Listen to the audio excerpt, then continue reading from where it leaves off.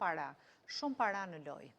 Aq sa flitet se ky Jeffrey Epstein mund të jetë edhe iniciatori, krijuesi i Bitcoinëve, është një nga lajmet që qarkullon dhe një nga efektet, le të themi, më të rënda këto ditë dhe momente që po flasim në bursat e kriptomonedhave.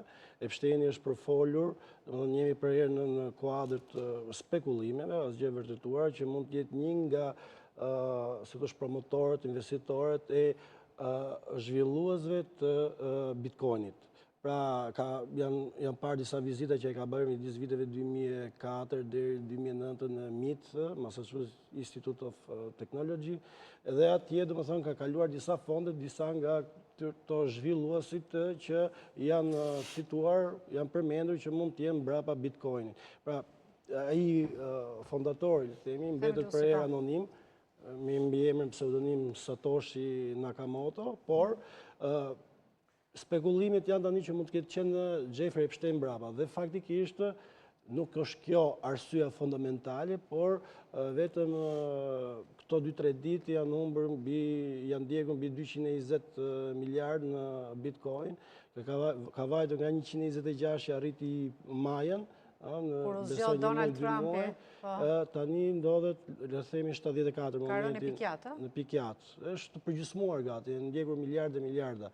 Dhe kjo domethënë është një nga efektet të prekshme, jo domosdoshmërisht të lidhur, le të themi, po ka spekulime që është... Mirë, Bitcoini bie pikjat, por duket se vetëm fitimet marramëndse të familjes Trump nuk njohin rënje, sepse gjatë këtyre ditëve po shfaqet në Shtetet e Bashkuara të Amerikës dhe shumë shpejt edhe në kinemat e tjera botërore. Ka edhe një spekulim që djali i vogël mund të ketë patur një pozicion, si thua, short, domethënë që do të bijente, vëdi nga parashikimet tjetër dhe mund të ketë fituar shumë.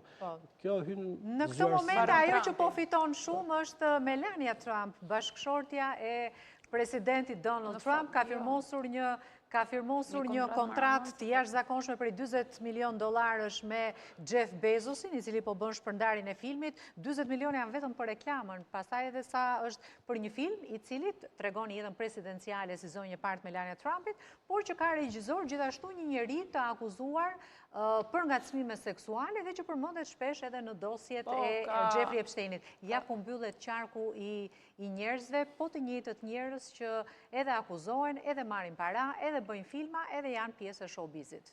Po, e vërtet, por nuk e di nëse jam dakord me ty për faktin që dokumentari është i suksesshëm, sepse me sa kam lexuar... Jo, për familjen thashun. Për familjen, dhe jam informuar, publiku nuk e ka pritur shumë mirë dokumentarin, një për shkak të regjizorit i cili gjendet i emëruar disa herë dhe patjetër edhe me foto në dosjen Epstein, dhe për shkak të këtij relativizimi që po i bëhet vetë dosjes, ngjarjes, pra këtej viktimat janë të dëshpëruara dhe kërkojnë me ngulm që të mbështeten dhe të dëgjohen dhe të besohen, nga ana tjetër zonja e parë me një lloj indiferentizmi duke bërë xhiro nëpër kinemat e botës për të prezantuar filmin e saj apo dokumentarin e saj, i cili në disa vende kishte pasur shitje jashtëzakonisht shumë të ulta nga 1 deri në 5 bileta, dhe kjo, me thënë të drejtën, më jep një lloj kënaqësie.